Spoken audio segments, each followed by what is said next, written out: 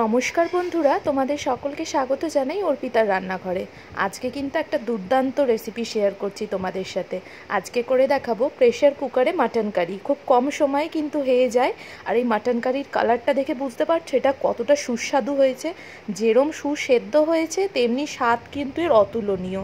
তাহলে কিভাবে বানালাম এই মাটন কারিটা সেটা জানতে হলে তো তোমাদের পুরো রেসিপিটা দেখতে হবে, নাহলে কিন্তু তোমরা মিস করে যাবে।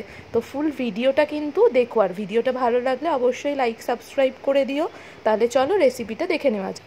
কড়াইতে প্রথমে সর্ষের তেল দিচ্ছি আলুটা ভেজে নেওয়ার জন্য। এবার আলুটা ভাজবো, তার জন্য একটু হলুদ গুঁড়ো দিয়ে দিলাম। এবার আলুগুলো ভালো করে ভেজে নিচ্ছি। ভালো করে আলুটা ভেজে নিচ্ছি।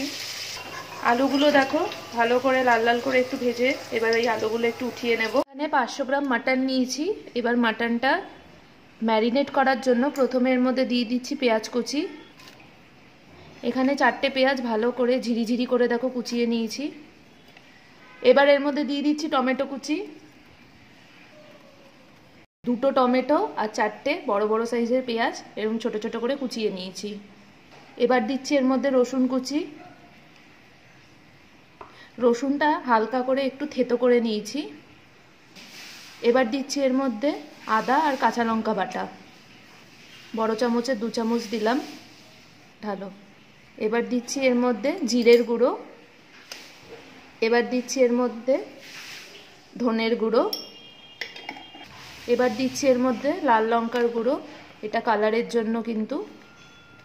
এবার দিচ্ছি এর মধ্যে হলুদ গুঁড়ো, পরিমাণ মতো লবণ। এবার দিচ্ছি এর মধ্যে টক দই, মিডিয়াম ছোট বাটির 1 বাটি টক দই এখানে আমি ব্যবহার করলাম। এবার দিচ্ছি এর মধ্যে সর্ষের তেল। এবার সবকিছু ভালো করে হাতের সাহায্যে দেখো মাখিয়ে নিচ্ছি মাংসটার সাথে। মাটনটা এইভাবে কিন্তু খুব ভালো করে দেখো ম্যারিনেট করে নিচ্ছি আমি।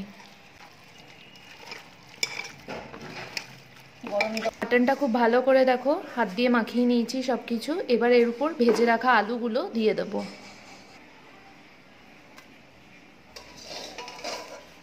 এবার এর মধ্যে দিয়ে দিচ্ছি একটু গরম মশলার গুঁড়ো। এবার দিয়ে দিচ্ছি এর মধ্যে ঈষৎ উষ্ণ গরম জল। তোমরা যেরকম ঝোলটা রাখবে সেই অনুযায়ী কিন্তু জলটা ব্যবহার করবে। এবার দেখো বসিয়ে দিয়েছি গ্যাসে, প্রেসারের মুখটা বন্ধ করে দিচ্ছি। সব কিছু ভালো করে মিশিয়ে দিয়েছি। ওই ধরো 5টা থেকে 6টা সিটি মিডিয়াম ফ্লেমে রেখে দিলেই কিন্তু মাটনটা কিন্তু একদম সেদ্ধ হয়ে যাবে। এবার হচ্ছে সিটি পড়ার অপেক্ষা।